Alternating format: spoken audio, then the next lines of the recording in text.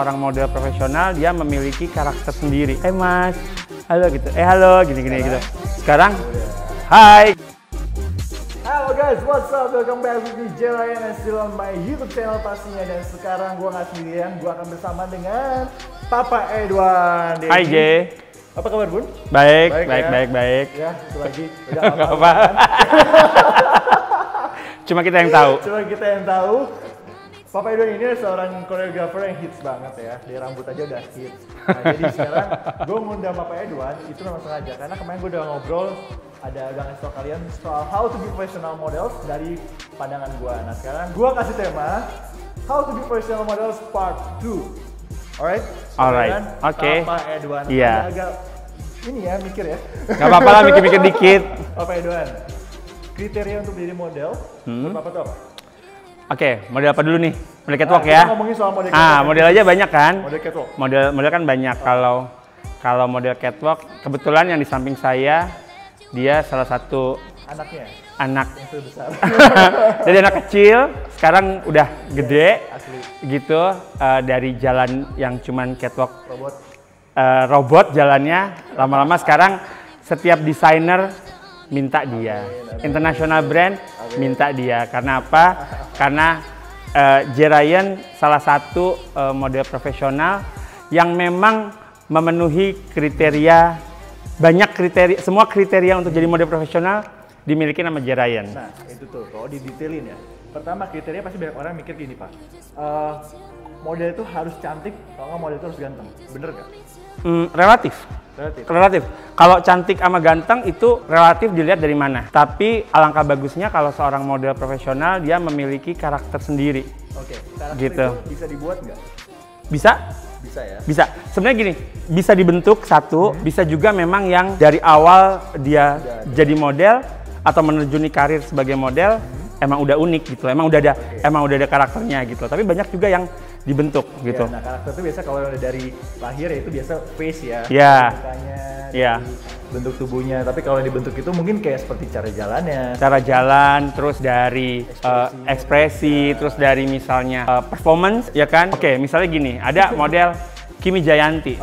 Kimi kalau sekarang semua orang tahu dia unik banget kan, rambutnya pendek. Dulu dia datang ke sini, itu rambutnya panjang, hitam, ya udah. Orang ngeliat juga, dulu aku juga ngeliat Kimi juga gini. Kan biasalah so akrab kan anak baru kan. Hai Mas, halo gitu. Halo gini gitu.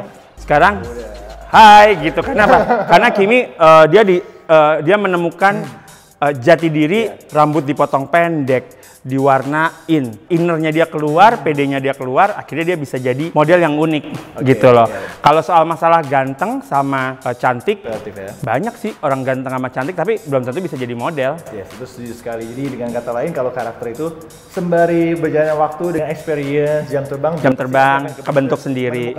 Iya. Kalau soal tinggi, Bapak Edan, untuk model catwalk, minimalnya berapa sih?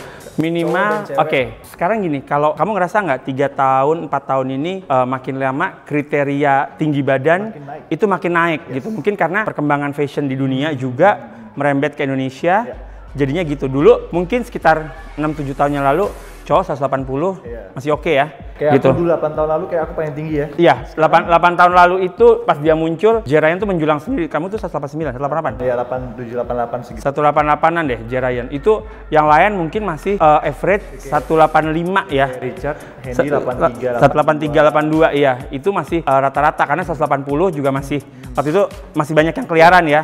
Cuman sekarang rata-rata itu minimal 185 ya kalau cowok ya. Bahkan yang baru-baru yang lebih tinggi pada 90-an. Udah banyak sekarang yang model cowok 190 tuh udah banyak gitu. Di bawah-bawahnya Jerayan udah banyak.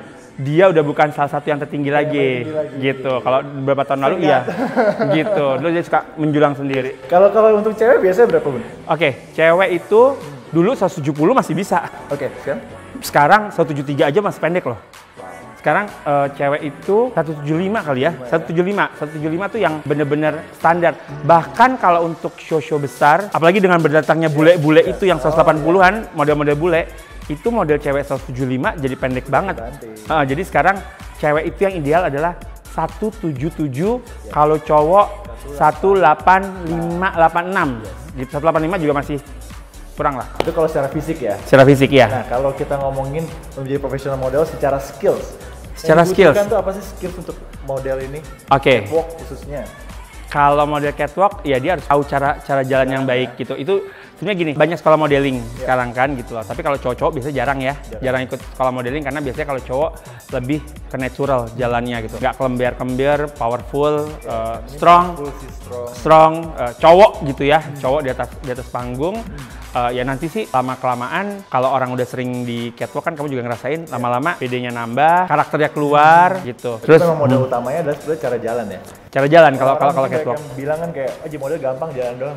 Cobain aja.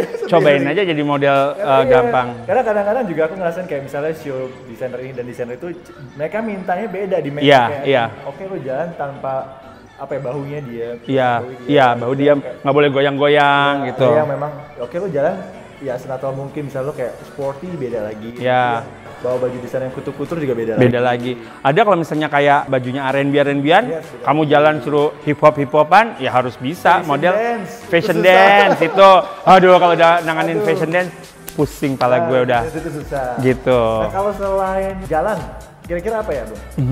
Banyak sih, mungkin orang nggak sadar. Attitude sama ya? Punctuality. Nah itu. Tepat waktu. Indonesia.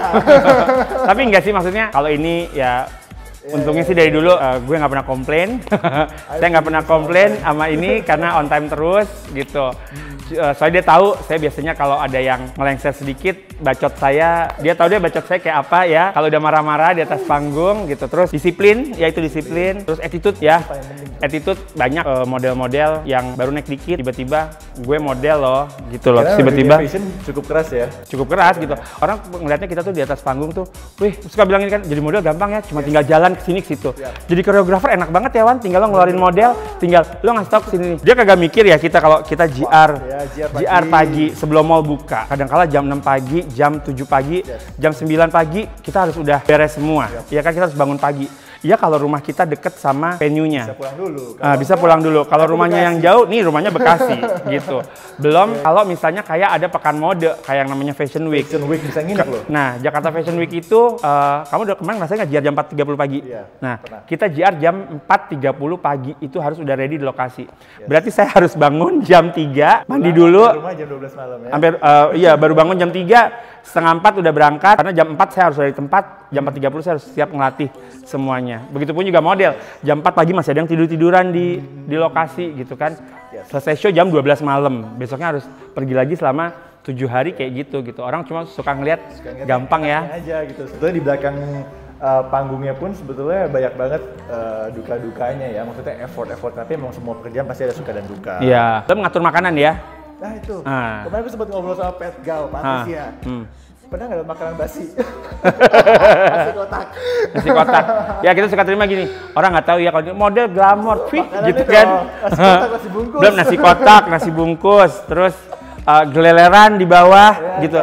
Iya kalau pas dapat backstage yang enak, ya kan. Model bisa backstage di hotel, model bisa duduk-duduk, bisa ngopi. Kita pernah ya yang misalnya dapat apa dulu pembukaan apa gitu tempat yang belum jadi, masih backstage-nya kagak enak. Ya yang kayak gitu-gitu tuh banyak banget, panas, debu, AC belum bisa dinyalain gitu.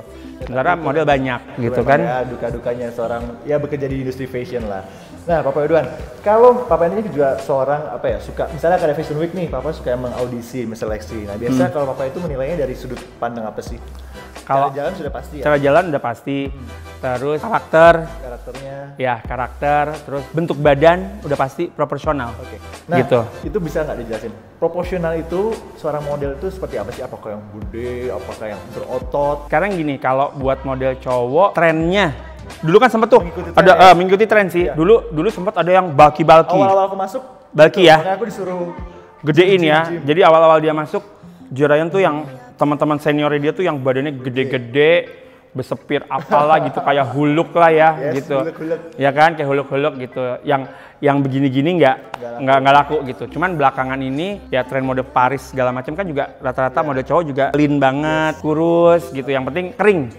Yang penting kering gitu loh. Kalau lihat yang di model-model di Milan, mereka bener-bener kurus banget tanpa ada otot. Tanpa ada otot, iya bener-bener kepet. Sebenarnya kepet bener-bener itu kayak mayat hidup ya. Pokoknya kalau gitu sih ngikutin tren ya, kalau masalah ngikutin tren. Proporsional tuh itu relatif. Gitu. Iya relatif. Karena juga itu tergantung permintaan. Iya permintaan. Ada emang yang karakternya pengennya yang kurus banget, tapi ada juga yang maunya agak berisi. Jadi emang tergantung sih gitu. Kita model bisa-bisaan menempatkan diri. Yang penting bisa jangan terlalu gede juga, tapi kalau di Indonesia ya jangan terlalu gede juga, jangan terlalu kurus juga. Jadi kamu bisa kepake di segala suasana gitu. Biasa kalau suit tuh mainnya gede-gede karena kan pakai jas ya. Misalnya untuk yang fashion memang biasanya maunya yang kurus-kurus. Jadi itu pintar-pintaran kita lah menjaga tubuh kita seperti apa. Betul. Nah Pak, kalau ngomongin soal pemodelan di Indonesia, perkembangannya gimana sih sampai saat ini? Menyenangkan banget sih gitu. Kalau aku sendiri sih seneng banget ya gitu. Aku berkarir udah di 2001 ya, 15 tahun deh. Udah 15 tahun jadi koreografer lah, 13 atau 15 tahun aktifnya jadi koreografer. Ngelihat permodelan sekarang sih sangat menyenangkan ya gitu. Banyak model-model baru yang bermunculan setiap tahun gitu. Jadi wajah juga makin banyak ya. Wajah-wajah juga jadi nggak bosen kan. Terus event-event juga makin banyak, pekan mode di Indonesia makin banyak. Sekarang setiap mall bikin Fashion Week, ya kan gitu. Buat para model. Nah, buat para model jadi ya bertambah banyak lah masukan. Ya, koreografer juga sih gitu. Terus international brand makin banyak. Ya kan, international brand makin banyak yang masuk ke Jakarta. Brand lokal juga sekarang banyak anak-anak muda bikin brand itu juga. Jadi emang perkembangan fashion sih Indonesia bagus banget gitu. Bisa buat cari duit kita lah. Yes, oke lah. Berarti memang sebetulnya industri permodelan fashion ini menjanjikan ya. Banget. Asal ditekunin gitu ya. Asal ditekunin ya. Kalau fashionnya maju tapi kamunya nggak nekunin, kamunya juga males-malesan, terus ya begitu-gitu doang, nggak berkembang, ya sama juga nggak ada yang make. Karena persaingannya ketat banget. Persaingannya ketat banget di fashion, which is kalau misalnya audisi itu banyak ratusan model. Iya. Ratusan model tapi yang kepilih ya dia lagi gitu. Plus sekarang kan udah berapa 4 tahun ini ya model bule. Nah, model bule itu, waduh, sekarang banyak banget yang ke Indonesia ya. Banyak banget gitu. Brazil, Rusia. Terus Ukraine, Uzbek itu banyak banget. Apa kita ulek aja nih? Ulek aja nih masalah permodelan bule dan Indonesia nih. Gitu. Jangan deh, nggak apa-apa. Mereka juga cari uang. Nggak apa-apa ya udah. Nah, ini terakhir apa Iwan? Kasih tips dong buat yang nonton nih, yang pengen masuk ke dunia modeling tuh. Tips-tipsnya apa dari seorang koreografer? Tipsnya kalau dari saya sih banyak belajar sih, banyak memperhatikan perkembangan fashion gitu.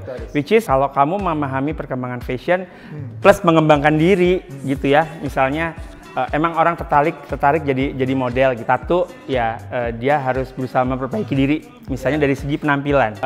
Seperti tadi aku bilang pertama, cantik atau ganteng itu relatif gitu. Tapi kalau lo bisa berpenampilan yang baik, berpenampilan bagus, ditunjang bentuk badan yang bagus, terus attitude juga bagus, kenapa enggak sih gitu loh. Mencoba buat ikutan casting, ikutan audisi. Kalau misalnya memang tinggi badan bagus, dijaga, mencoba daftar casting audisi buat fashion show.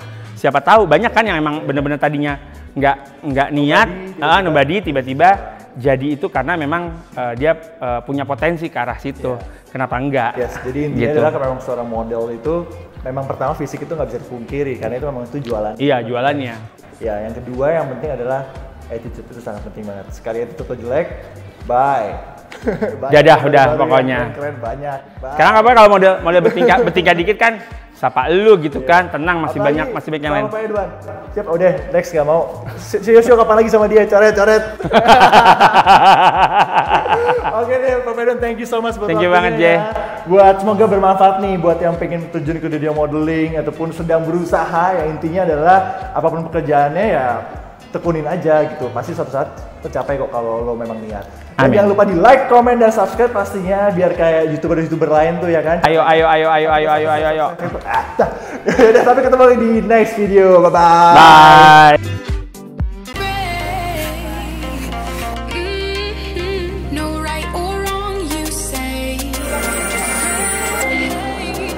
Harga tiketnya $20 ya.